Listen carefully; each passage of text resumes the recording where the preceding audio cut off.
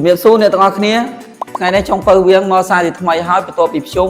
ខ្ញុំឃើញថាអ្នកទាំងអស់គ្នាអស់លុយបាទឥឡូវកុំឲ្យចាំយូរមកមើលខ្ញុំធ្វើម្ហូបមួយមុខគឺគៀវឆាជូរហិលបាទហើយយើងនឹងធ្វើញ៉ាំជាមួយនឹងមីគោកហិលរ៉ាម៉ាញ៉ុនតោះថាគ្រឿងផ្សំមានអីខ្លះសូមជួយទស្សនាទាំងអស់គ្នាបាទ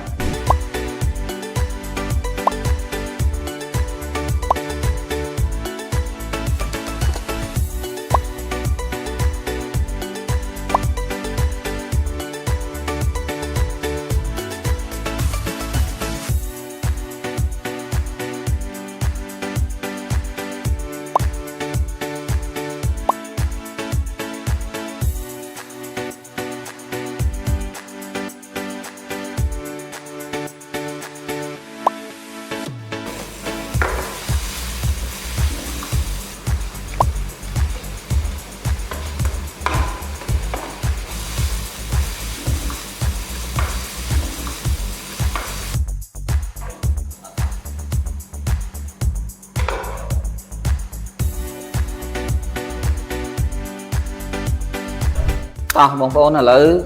គៀវយើងបានចម្អិនរួចរាល់ហើយឥឡូវយើងចម្អិនមីកំប៉ុងតែថ្ងៃនេះគឺយើងជ្រើសរើសយកមីហិលរ៉ាម៉ាញ៉ុន Original បាទអញ្ចឹងបងប្អូនកុំភ្លេចពេលទំនេរថ្ងៃអាទិត្យហិលរ៉ាម៉ាញ៉ុនបាទអញ្ចឹងមីយើងដោយរាល់ដងអញ្ចឹងគឺមានសោះមួយគឺសារាយមួយបាទអញ្ចឹងយើងចម្អិនមីសិនបាទអញ្ចឹងបងប្អូនចាក់ទឹកចូលមកឲ្យលិចមីមកបាទទុកចោល3នាទីកុំភ្លេចបងប្អូនគឺច្មល់ឲ្យសព្វបាទតោះបងប្អូនមិនថាធ្វើម្ហូបឬក៏ញ៉ាំមីកុំភ្លេច Bingo Kimchi បាទរសជាតិកូរ៉េ 100% ឆ្ងាញ់ខ្ញុំចូលចិត្តបាទ Bingo Kimchi ជា idol របស់ខ្ញុំបាទឥឡូវមីយើងឆ្អិនហើយតោះឥឡូវមកញ៉ាំជាមួយខ្ញុំទាំងអស់គ្នាបាទធានាថាឆ្ងាញ់ឥឡូវខ្ញុំសាកមីសិនបាទ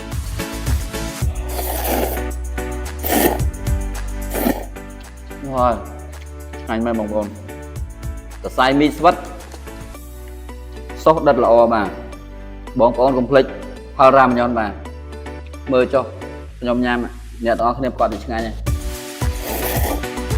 អញ្ចឹងយើងញ៉ាំគៀវដែលយើងបានចម្អិនហើយគឺគៀវរសជាតិគីមឈីបាទយើងសាកមើល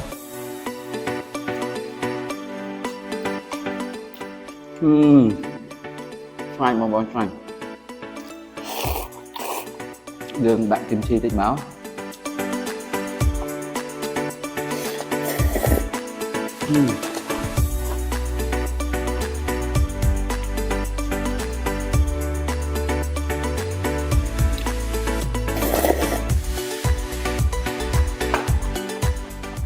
តោះបងប្អូនឥឡូវយើងចាប់យើងមកញ៉ាំជាមួយនឹងទឹកទាលទុយក្រពើគឺ Dr. Aloe Vera បាទបងប្អូនពេលកំពុងតែញ៉ាំមីអញ្ចឹងយើងញ៉ាំទឹកទាលទៅដើម្បីបញ្ចុះកម្ដៅទាំងអស់គ្នាហើ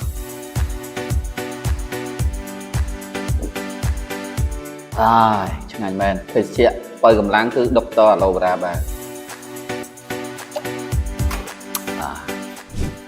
អរគុណបងប្អូនទាំងអស់គ្នាឥឡូវយើងបានញ៉ាំមីចប់ហើយសូមអរគុណបងប្អូនទាំងអស់គ្នាដែលបានទស្សនាវីដេអូខ្ញុំបាទកន្លងមកសូមជូនពរបងប្អូនមានសុខភាពល្អរកស៊ីទទួលទានមានបានបើចង់ឲ្យខ្ញុំធ្វើវីដេអូថ្មីទៀតសូមខមមិននៅខាងក្រោមបាទសូមអរគុណ